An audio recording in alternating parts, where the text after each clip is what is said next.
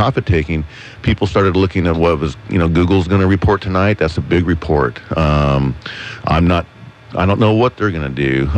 They bought Motorola and about 250 patents about 6 months ago, and that really crushed their bottom line, and they missed on some earnings reports, and that hurt them. I don't know if they've gotten that turned around. They're going to report their Motorola phone sales as something like discontinued operations. So it's going to be confusing. And whenever there's something confusing, I don't like it. And now for other reasons, I sold all of my Google 3 weeks ago or so, 4 weeks ago, so I don't have a dog in the fight. But I would not be surprised to see Google go down on some kind of disappointing news. IBM, on the other hand, is the other big reporting company tonight after the bell, and the bell closes here at 1 o'clock. So by 2 o'clock, we'll know all the numbers. That's my favorite. That's my happy hour. IBM, they moved more towards servicing. And so that's a more consistent business, and they're good at what they do. And so IBM, I would feel pretty confident about owning IBM going into tonight. So that's what the short-term things. There doesn't seem to be a lot of money in the computer hardware. I used to work at a computer manufacturing company in Idaho, and boy, and you can buy computers very, very inexpensively. You don't make a lot of profit on hardware. One of the things that I've seen going on in the computing industry now is what's called cloud computing. And Google, the Google interface, Google Docs, and so on and so forth, they've done a very, very good job at interfacing the Google application and the Google apps. The programs now online are being called apps. If you're not familiar with what I'm talking about cloud computing. John, do you know what cloud computing is? I have an idea of it, but I don't understand it as well as you do, I'm sure. Cloud computing is where your applications and your data reside on the internet, on somebody else's server. One of the positive things of that is you can have multiple people corroborate on one document. So you can have people in China, Japan, New Zealand, Texas working on the same document, sometimes depending on the application at the same time. So it allows you to have a workforce globally working at the same thing, on the same computer. Another thing is backup. If you had, for example, let's say we had a server here in this studio and we had a fire or a flood or burglary broke in and they stole the computer, well, the documents are gone. Mm-hmm. Cloud computing takes care of all that because they have backups on backups. But anyway, when I say all that to say this, Google has done, I think, a very good job in developing apps that interface very well with other applications on the internet and cloud. I use Google Docs a lot. Mm-hmm. I would think that would shore up their bottom line a little bit because there's a lot of people out there using Gmail and Google Docs. Yeah, and that will show up as a positive. But they're in so many different things. They were into wave technology for a while. They sent the car around and mapped all of the United States. And, the criticism of Google is what you did when you came public, you did really, really good. And then you got all this money. They got no debt, and they got billions of dollars in cash. And so they go off on all these tangents of trying to, come up with a wave technology or what, and it spreads out their resources. It causes them to hire a lot more people, and so their expenses go up. And that really shows up on the bottom line. And so, but they're also a very innovative company. I believe it's Google. I'm sure it's Google that on 1 day a week, I think you have either half of the day or the whole day to work on a project. It's whatever you want to work on. It has to make sense. But so they're very innovative and they have a very loyal workforce. They have just taken on so many projects because they have so many good ideas, that if they start to not come through, then it's hard to shut those things off and go back to your original thing. So that's the only thing that scares me about Google. But, it's a pretty good stock. Certainly not a dinosaur yet. I also sold Microsoft just because, it's a flatliner and had a great little dividend, but I didn't know what was going to happen with the dividends. And so I figured, I can always get back in. And so I went ahead and sold all of that. But Microsoft now is talking about becoming a joint venture of taking over Dell. Dell seems to be on the selling block. And, of course, Cuban will maintain, a 25% share or whatever and maintain a seat on the board probably. But looks like Dell's going to go private or get taken over by someone else. So that's the technology side of life. Automotively, it didn't turn out that the government was a very good stock trader. They announced plans that over the next 12 to 15 months, they're going to liquidate their GM stock. Now, currently, it would have to trade right around $55 a share, I think, for us to hit even, for us to get our money back. Currently, it's trading at about $30 a share. So for every share, we're going to lose $15, and we have over 300 million shares. Now, over time, the stock could go up. It could go up with sales and productivity, but the problem is when you're selling that many shares into the open market, you're diluting the shares outstanding because now you have all these extra shares on hand, and just because of supply and demand, it almost implies that the stock will probably trade flat line or a slight decline over the next 18 months as those shares get thrown back into the market. And then we'll also take it'd be $15 times 300 million is what we're going to lose. I can't do that big of math. That's a lot of zeros. A lot of zeros. One of the things that really struck me, it brought to me this attack in Algeria. If we could change subjects here a little bit, continue to talk about news affecting the nation and affecting the world. And even a little town called Sumter, Oregon. Do you know where Sumter is? I think it's in the eastern part of Oregon. It's over by Baker. Small mining town by Baker City. You go outside of Baker, and it's they have a huge flea market there. They have a railroad, a narrow gauge railroad. You can go to Sumter and ride the rail. And it goes around the forest. And when I was growing up, we did that a lot. And Sumter is just a very small, used to be mining town way back in the day. But one of the 3 Americans who was killed in last week's hostage standoff at a natural gas complex in Algeria was from Sumter. Small town in Oregon, small mountain town in Oregon. We had a chance to I talked to a lady by the name of Cindy Davidson, who owns a restaurant called the Scoop and Steamer in Sumter. And Gordon Rowan is the gentleman's name. We have that interview here. It's a very short interview. We just talked about Gordon. This is something we generally do when there's a fatality and something like this. We go around and we try to find people who knew the victim. Tell us what kind of person they were, what do you miss about them, what were they like, who was this person? So we did this interview with Cindy, and we shared it with a couple stations here in Oregon, and here's how that interview went. We recorded it yesterday. You knew, or Gordon Rowan was a customer at your establishment. Can you tell me a little bit about him? Yeah, when he came in once in a while, just a really nice guy, down to earth, talked to everybody, knew everybody, just one of those friendly, nice guys. So what went through your mind when you heard of the news that he lost his life in Algeria? Just sick, just heartbroken. Had he lived in the Sumter area for a long time? About 5 years. About 5 years, okay.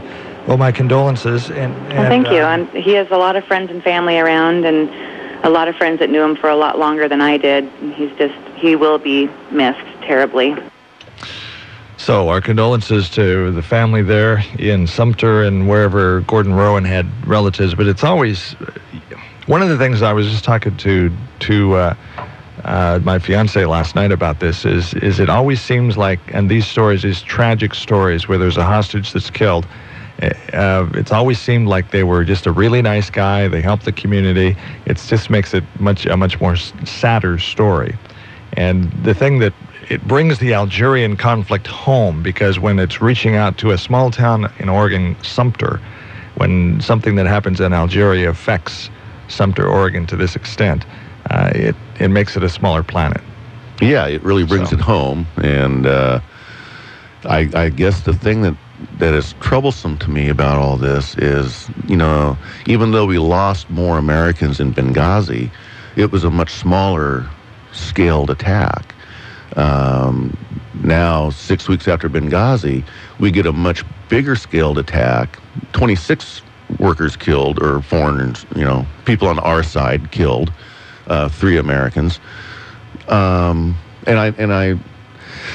This was a large facility, too. There were 700 people that worked at it, and they were well armed. They had missiles and assault rifles, and there was, according to the news reports we're looking at, it was a well-orchestrated attack. It's interesting that we're starting to see apparently Al-Qaeda emerge in Algeria.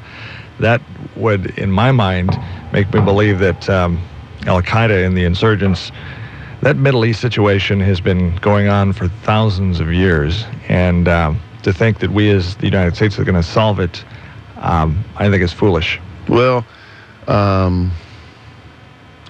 the thing that I find difficult is it gets portrayed 2 different ways in our news media. Because the news media is, very friendly to President Obama, you don't hear much about it.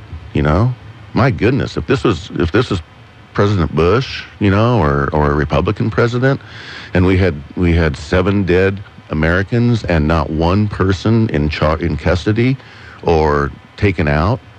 I mean, if we play, I heard somebody say it the other day, our allies don't trust us and our enemies don't fear us anymore. Mm-hmm. And that's a very, very, very dangerous place to be. And this will go down. You cannot put this on Bush. Okay, this is clearly Obama's federal or foreign policy, and this is. Excuse me for interrupting, but this is something from, I'm reading off ABC News Online here. Militants who attacked this facility had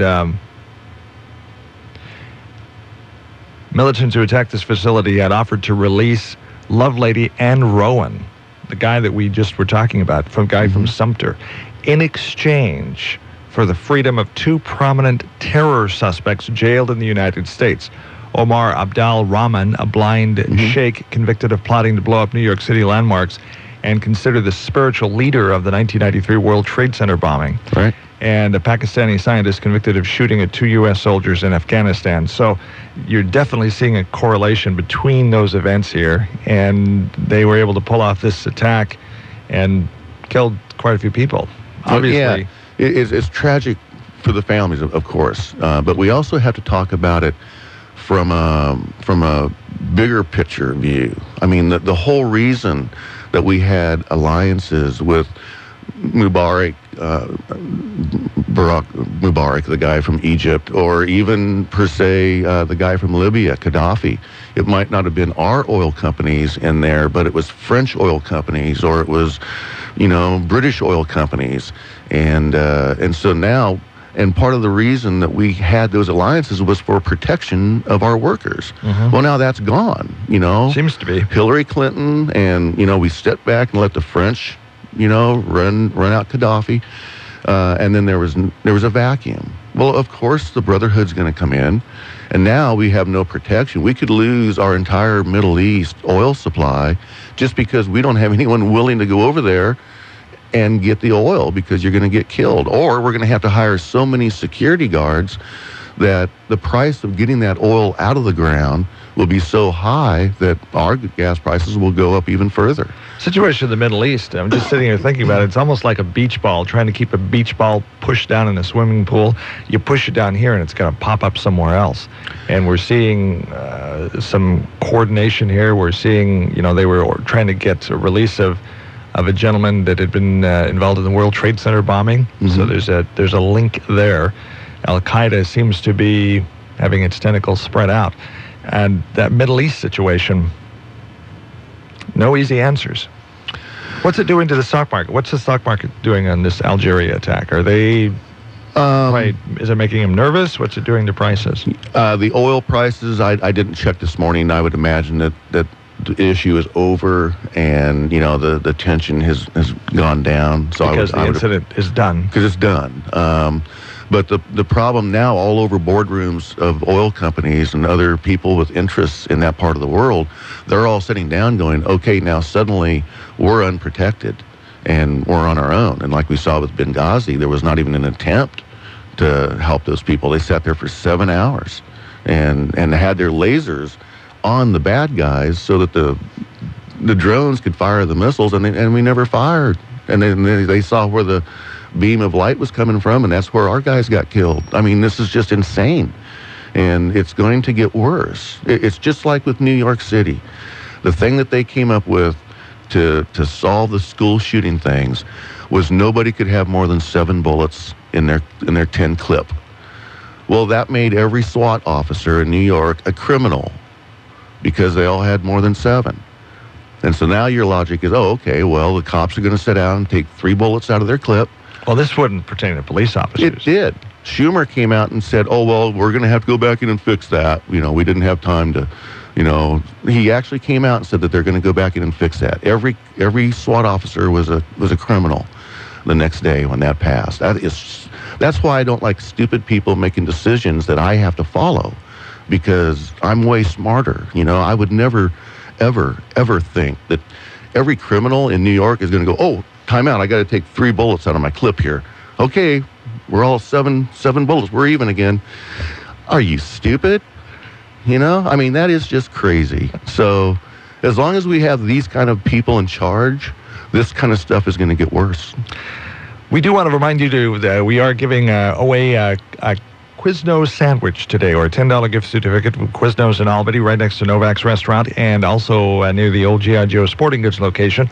$10 gift certificate. If you would like it, just simply submit your entry to me, Dave, at KGAL.com. Email and put Quiznos Taste on Us on the subject line, or call the station at 926-KGAL or 451-KGAL. That's 926-KGAL and 451-KGAL. Do want to mention once again that if you heard the promos last night and this morning, saying that especially we were going to have Mark Thomas Motors, a gentleman on from that organization, talking about their community activities, and also Travis Kearns, the new owner of Tom's Garden Center, and Tom talking about the transition and their plans for the future.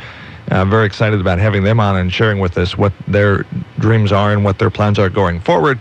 But because of, you know, road conditions and unforeseen circumstances, we had to not do that show, and we'll do both of those guests at a later time, and we'll let you know, especially when we have Travis and Tom in, talking about the future of Tom's Garden Center, which it will continue. Travis will be the owner, and I don't want to let the cat out of the bag here, but they're definitely going to have some coordination there, and very excited about getting them on the air and talking about that. So that show is going to be coming up in the future.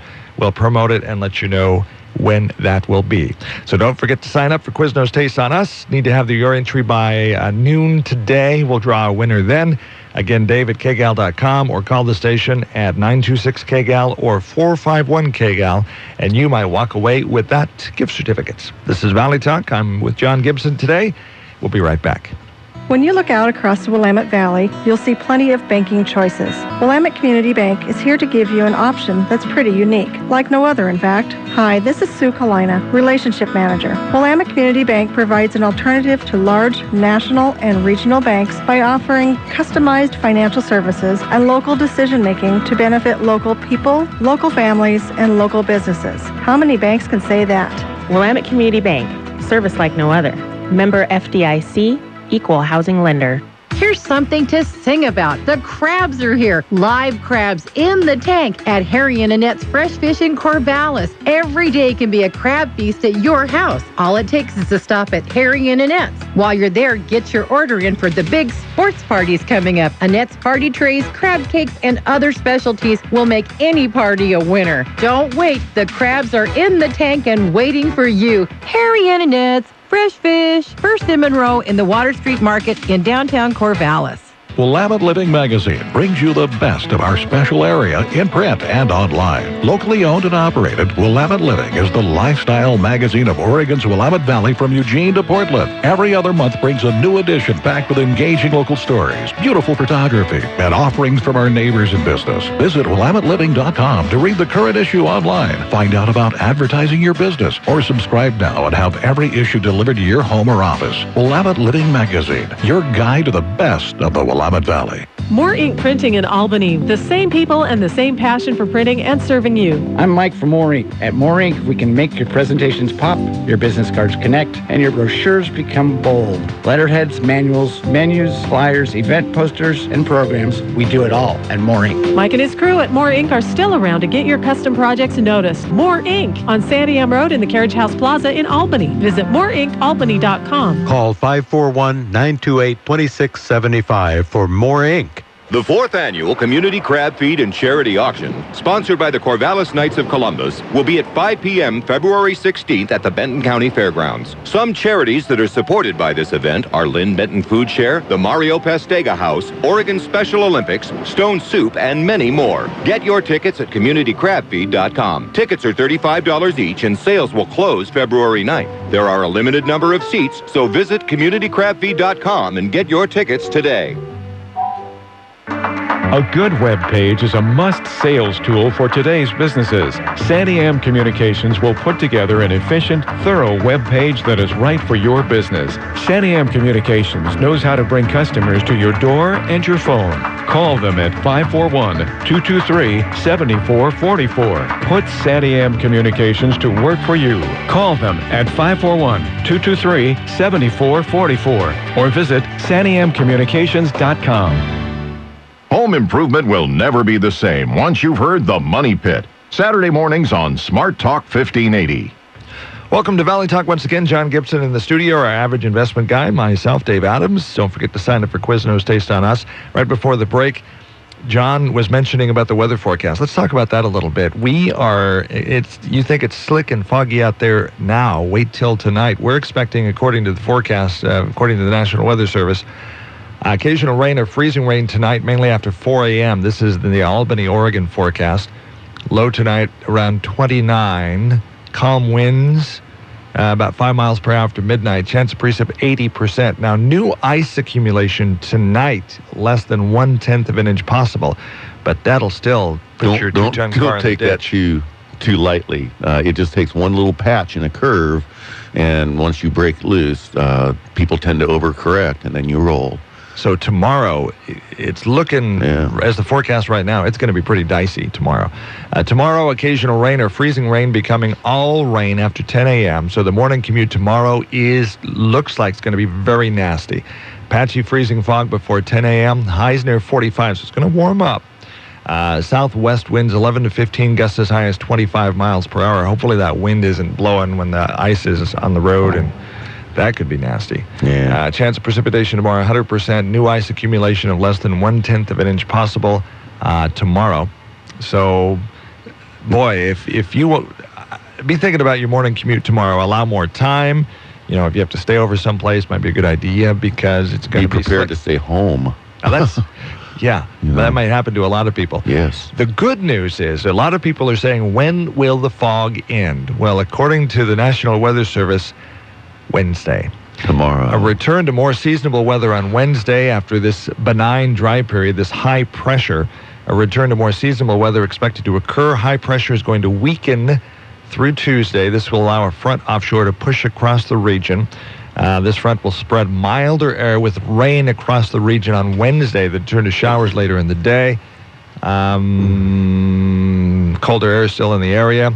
Precipitation may start with a light freezing rain, which we're going to see tomorrow morning, or sleet early Wednesday morning. And so we're going to have the bad news is going to have some ice and some freezing rain, but the good news, going to get rid of some of this fog. Well, it's just the first couple of hours of the transition. That's the problem. And that's, once the warm air comes back in from the west, then we're back into our lovely winter normal type weather, 45 and wet, which makes Oregon so beautiful in the summertime. We love the rain here. Thursday, mostly cloudy, high 44. Yeah. Friday, 50-50 chance of rain, high 47. Saturday, rain likely, high 47. Yay. So back to mid-40s. Now, you're new here, so I'm not going to guarantee it.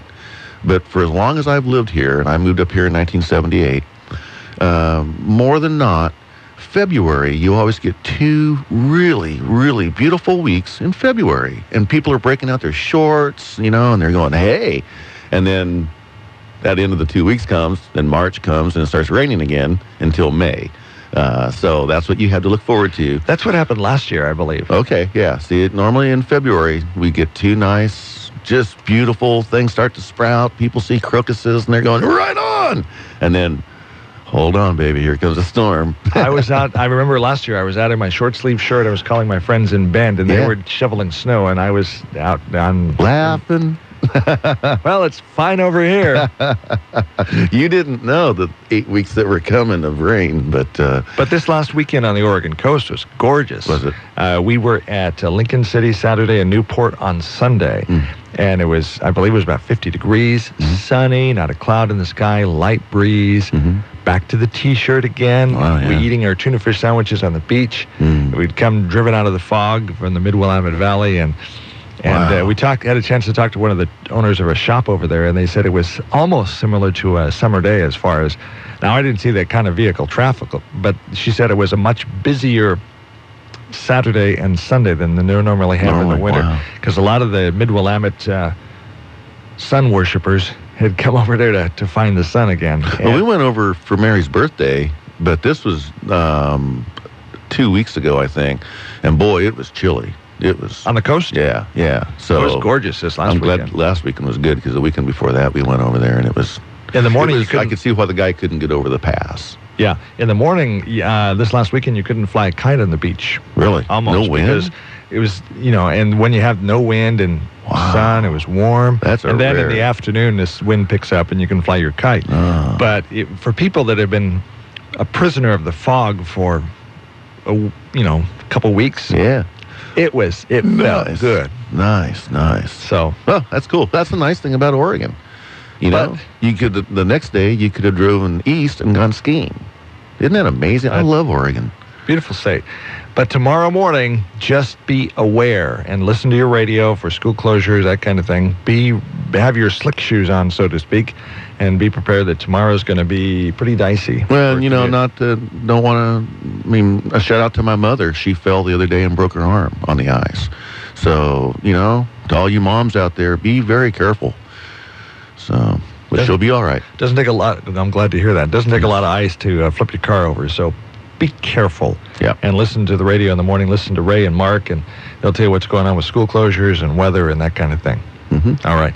We're going to take another break here, and then we're going to come back and talk about the economy, stock market, what's going on, and more of that stuff. Again, Quiznos Taste on Us. Sign up. Dave at KGAL.com is where you can email your submissions for this contest, or you can call the station at 926-KGAL, 451-KGAL, and we'll put you in the drawing for Quiznos Taste on Us. Thank you to Dale and the crew. In fact, I've got my Quiznos sandwich right here, and I'll be eating it in about 25 minutes. Tasty. Taste on Us from Quiznos. This is Valley Talk. I'm Dave Adams with John Gibson. We'll be right back. The Osgood File, sponsored in part by Regis. Getting intentional about growing your business is smart. Get 2 months free on a prestigious furnished office from Regis. Call 1-800-OFFICES. This is Charles Osgood. The late, great Don Hewitt, who founded and for years produced 60 Minutes for CBS News, used to say the secret of 60 Minutes was, tell me a story. That was it. That's still it. Here's a story for you. At an Avis car rental in Mattawan, New Jersey, a young girl and an old man worked together. She is Allison Ayers. Everybody says, why is a 22-year-old girl sitting around with some 90-year-old at work? Good question. He is Jack Morris, who was in the U.S. Army in World War II. In the Battle of the Bulge. And one day, Allison turned to him and said, tell me the story. Yes, right after this. Businesses, from startups to Fortune 500 firms, share something in common. They're intentional. They focus on success, and they don't get distracted. Many successful businesses have something else in common. They choose to work from a Regis office. Your beautifully furnished, wired Regis office can be ready when you need it. You get a prestigious address with state-of-the-art amenities. You know what else is included? A receptionist to answer your phones and greet your clients, access to meeting rooms, video conferencing studios, and IT pros to solve tech problems. Getting intentional about your business starts with Regis. One quick call, and Regis will show you how much money you can save with a custom workspace solution for your company. Get started now with 2 months free. Just go to regus.com/Osgood. That's regus.com/Osgood. Or call 1-800-OFFICES and tell them Osgood sent you.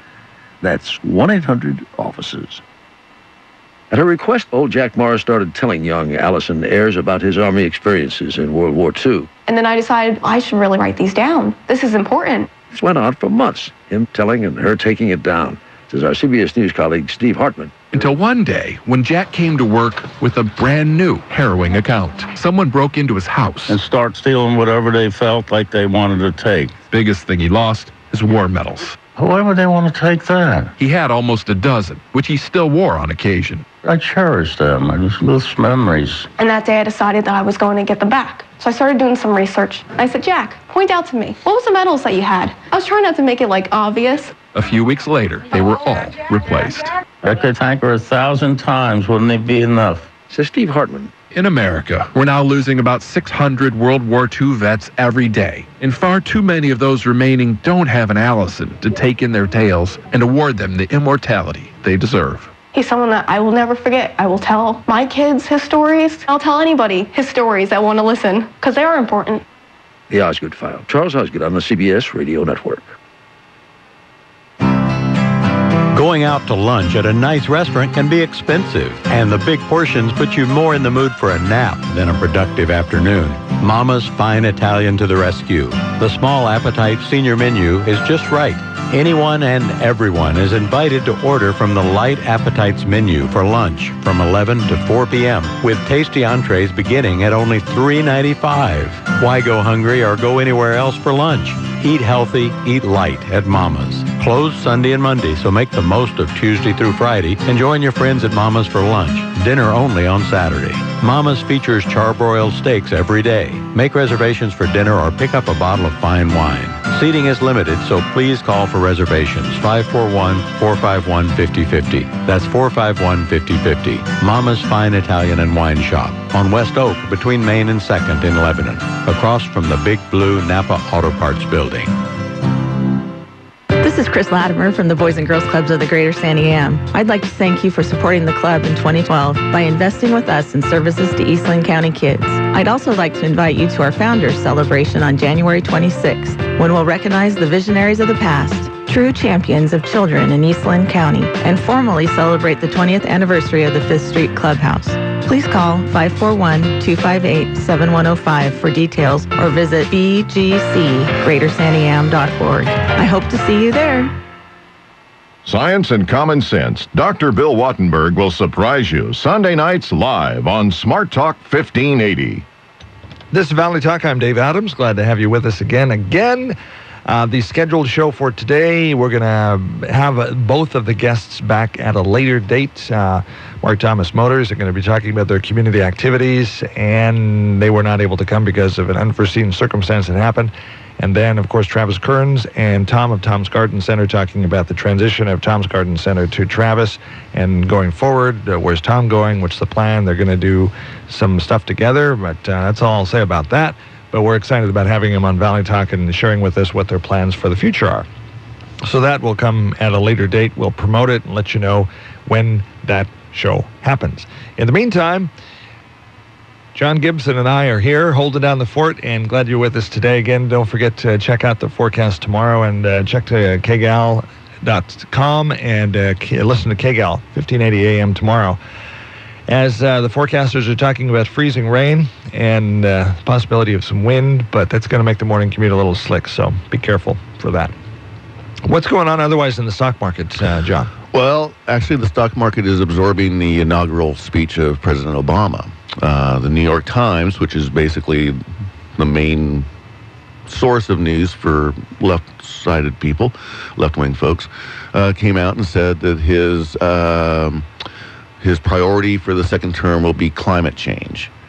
Now, it's interesting that they changed it from global warming because it really wasn't warming up. So now they make it climate change, so that if it goes down, it works, and if it goes up, it works. So anyways, that's going to be the new thing. And the way that he's going to improve the environment is by shutting down natural gas and coal-burning power plants for electricity, thus causing rates to go up significantly to where the green energy, which costs way more to produce now than coal or natural gas, will start to look more attractive. In the meantime, he's going to do the same thing to to the American consumer that he did with gasoline. Gasoline was $1.84 on his first day of office, according to AAA. You know, go to your computer, pull up AAA, and I've never done it. I just seen it reported, you know, and the sources that report are people that I trust. And now it's $3.25. He's doubled the price. If you double the price on electricity as well, then you're going, that's just basically another tax. And that's money that you don't have to go to Walmart or Macy's or Quiznos or McDonald's or any of the other fine companies that you like out there. You just don't have the money because you paid your power bill. And so what happens is consumer spending slows down, consumer confidence worsens, and then we slip back into a recession. That's the very, very easy, nonsensical answer I can make. I mean, it just makes sense that if you don't have the money, if you have to pay an extra my power bill was $300 last month. So if it goes to say $600, like gas did, now I'm $300 that I don't have to go out and spend. That's what's going to kill the economy. And I think any person with any education can figure that out. I mean, what did the stock market think of the inauguration speech? It's kind of interesting. One of the things, and I guess we'll put a Obama warning here. There's people sometimes that are critical of you and I when we're not too complimentary of President Obama. But one of the things that I do not like seeing is the polarization that's going on. Mm-hmm. Everybody has picked a side. You're either right wing or left wing, and neither side shall meet. And so we're seeing this gridlock happening in Washington, D.C., and it just seems like more of the same. Yeah, it's the rich against the poor, and it's the Democrats and it's mainly the media, but it's also our president and the way that he speaks and talks. He's trying to say that these rich, evil Republicans are what's wrong with the country. What I can't figure out is the two richest guys in the country are Democrats, Bill Gates and Warren Buffett. Big, huge Obama supporters. Jamie Dimon, head of J.P. Morgan, big Obama supporter. Now, he didn't support him in the second election, but he was a major contributor in the first election. But Wall Street got tired of the hate talk, and they backed Romney. Mitt Romney. God, just think if Romney was in office today, the attitude in the market would be so much better, that we would have a business leader who would know how to restore jobs. And how you restore jobs is by, number one, you lower taxes on corporations. That makes sense. They have more money to use. And then the person that they hire goes out and buys stuff. And the other thing that you do is you get the heck out of the way, like this Keystone Pipeline. The Nebraska governor came out today and said, I approve it. It's to the State Department. All we need is an okay from Obama. I bet you 10-1 he turns it down. But what concerns me with the country right now is everybody's picking a side, and we're seeing the entire nation, we're seeing churches even taking political stands. Oh, yeah. And there have been pastors that have recorded their sermons. They've endorsed Mitt Romney for president, sent it to the IRS under the freedom of speech provision of the U.S. Constitution, say that they have the right to defend what they consider to be their Christian viewpoint. Mm-hmm. And they did it, and the IRS said they wouldn't challenge them on their tax-exempt status. So we're seeing, it's almost like, I hate to use the expression, it's almost like a civil war, only it's not geographical boundaries we're fighting on. It's ideological, and it's the left versus the right, and it's almost like the North versus the South, and we're seeing the nation, the fabric of the nation get really ripped, I think. And let's talk about Ronald Reagan for a little bit now. Before you leave that point, let me make this point, and this is the crux of the problem. There are twice as many people on Medicare, disability, and Medicaid as there are full-time workers in this country. 2-1, okay? Now, don't call me heartless, okay? There's a lot of people out there who are way worse off than I am and need my help. Single mothers, I'm raising someone else's daughter.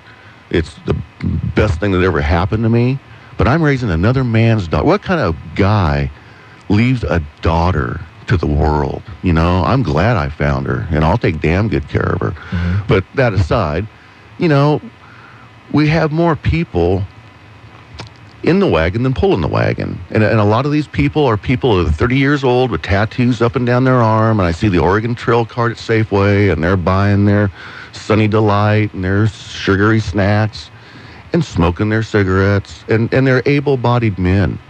Okay, I got no use for those people. They do not need to be on any kind of public assistance, food stamps or anything else. If you want to solve the food stamp problem, how about drug tests? You got to take a drug test for a job. How about drug tests for free money?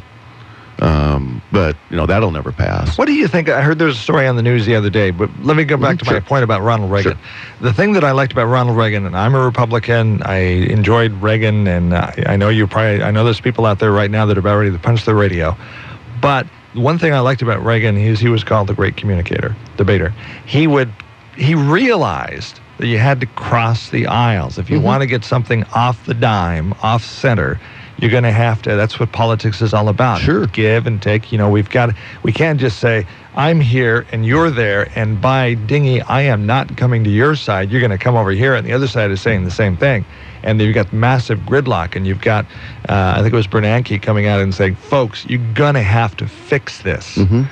And the world is looking at the United States, the government of the United States, and saying, you guys it's like the band playing on the Titanic. Mm-hmm. You're sitting there and you're not coming off your dime, mm-hmm. and your nation's going down. Well, and let's give credit where credit's due. Clinton was great at that too. Clinton came out in his second address and said the day of big government is over. And he and Newt Gingrich, you know, they drank a couple scotches and they worked out welfare reform. You know, the whole thing, in my opinion, started after 9/11. When we went into Iraq, the left-wing media excoriated Bush. And then we went into Afghanistan, and we were doing good, and things were going great. And Bush just got attacked and attacked and attacked. And then we throw up McCain, and I think the world was so ready. And I listened to Barack Obama give the keynote address in 2004, when he said, there's no red America, there's no blue America, we're all Americans. Well, that went away fast. Anyways, it just seems like once Bush's term was over, it was easy to have the mainstream press get Obama in office, and then that whole side that was so angry became like a beehive and said, okay, we're gonna fix everything. And rather than looking at it and going, what do we do to get us 4 years down the road stronger and tougher and better off financially, it's like I hearken back to my Oregon State classes where I had professors telling me that old white people were the problem, and that this isn't your country, and you don't have a right to money, and you don't have a right to your own car. You should buy your neighbor a car. You know, and I'm sitting there in class going, what? And I was a Democrat. I voted for Carter. I voted for Clinton twice, you know, mostly to make my dad mad. But, I was a Democrat too. So if you want to punch me, come on down, but bring the numbers. Don't bring your politics. I want to talk numbers. Right now, our government is working on a $23,000 salary. They actually put it in our perspectives. It'd be like if we made $23,000, but we're spending $38,000. Now, if you can't figure that out, I can't help you. A couple things I want to talk about when we come back from the break. Work for welfare. What do you think about that idea? And there was a interesting story on the media the other day. In fact, we had it here on KGAL last night as I was working down here at the studio. They're paying kids to do well in school. Yeah. What do you think about that? Hold that thought. We're going to be back after the break, and we'll talk about those two items right here on Valley Talk in just a moment. Another McDonald's Dollar Menu moment. You know, man, McDonald's Dollar Menu always has my number one eats at my number one price. And now the best, it just got better with the new grilled onion cheddar. We're talking a juicy 100% beef patty, melty white cheddar, and grilled onions. Maybe I'll team it with a tasty McDouble burger or Southern style sweet tea, all for $1 each. Now, excuse me, I need a moment. McDonald's Dollar Menu. Every day, get more to love for less. At participating McDonald's, a la carte only. That's someone enjoying a wonderful meal at McDonald's. That's someone enjoying a refreshing Coca-Cola for only $1. And that's the harmonious flavor of McDonald's and any size icy cold Coca-Cola soft drink or sweet tea for just $1. It's hard to describe it any other way. The simple joy of... On card only. Prices and participation may vary. Limited time offer.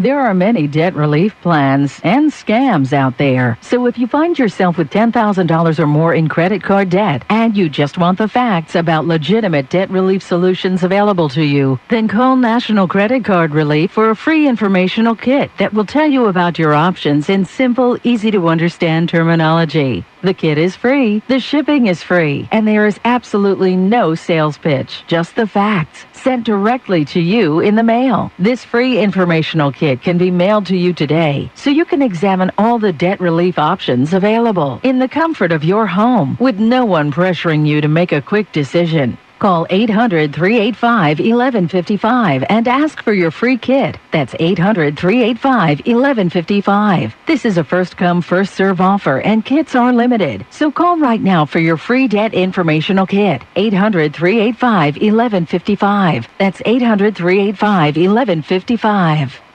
Start the new year off right in downtown Albany. Clothing, fine jewelry, do-it-yourself craft stores, furniture, toys, gifts, salons, event venues, live theater, movies, and 23 restaurants. More choices than you'd ever find at any local mall. Find it all in historic downtown Albany. Grab a cup of coffee, learn a new craft, do a little shopping, pamper yourself at one of the many salons, and then enjoy a scrumptious meal. Bring your family or meet new friends. Great entertainment, delicious dining, and unique shopping. It's all happening in historic downtown Albany.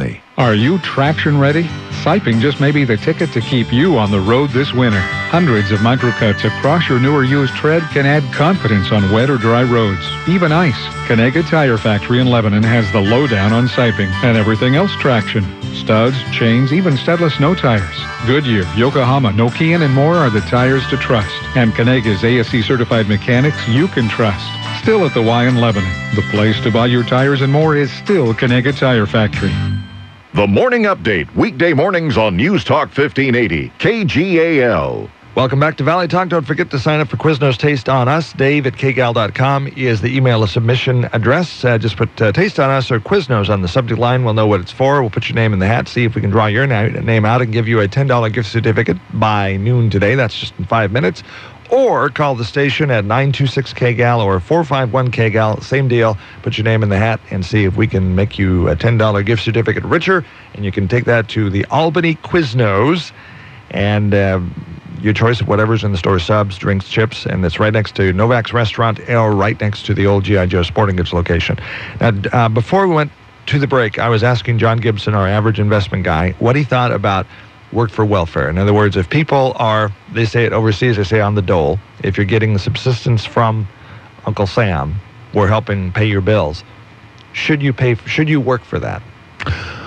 Yeah, and I'm going to get in big trouble here, but we have an overabundance of state gardeners, landscapers, window cleaners, floor cleaners.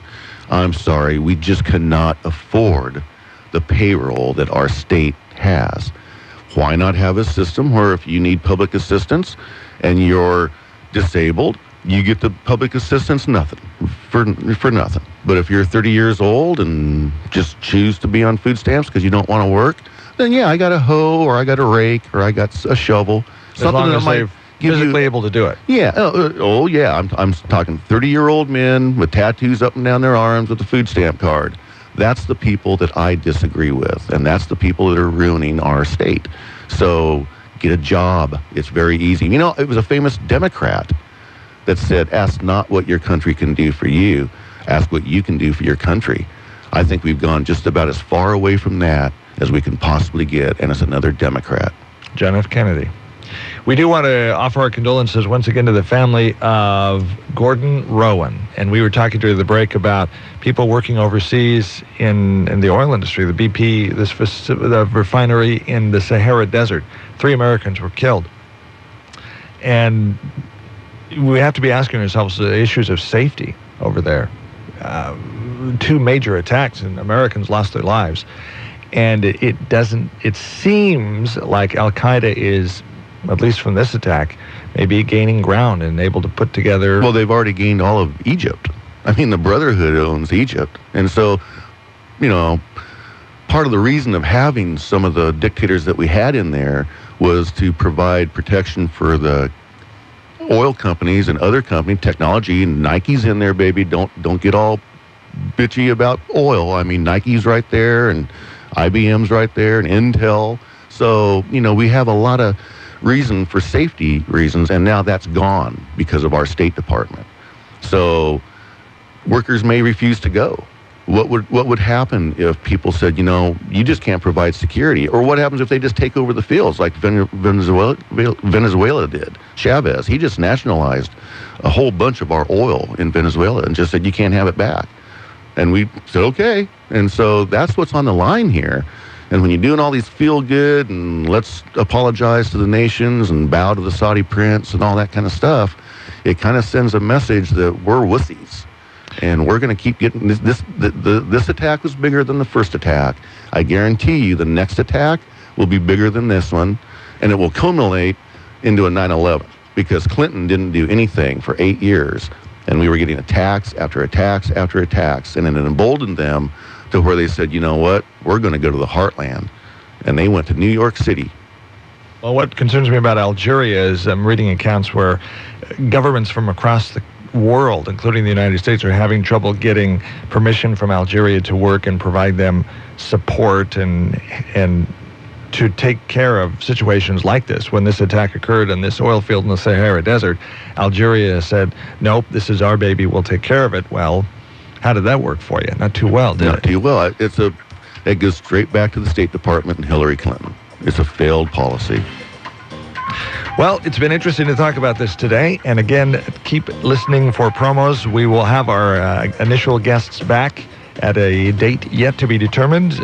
Mark Thomas Motors talking about what they're doing in the community. And of course, Travis Kearns and Tom of Tom's Garden Center talking about the future as they're transitioning to ownership by Travis, and let you know how that works out, where Tom's going, all that good stuff coming up at a future show. Don't forget to sign up for Quiznos Taste on Us. Dave@kgal.com is the email address, or 926-KGAL or 451-KGAL. Drive safe, especially tomorrow morning. Listen to KGAL in the morning show, and we'll tell you what's going on as far as schools and stuff like that. Watch out. It's foggy out there. It's going to be slicker tomorrow morning. Be safe. John, thanks for being with us today. Thank you.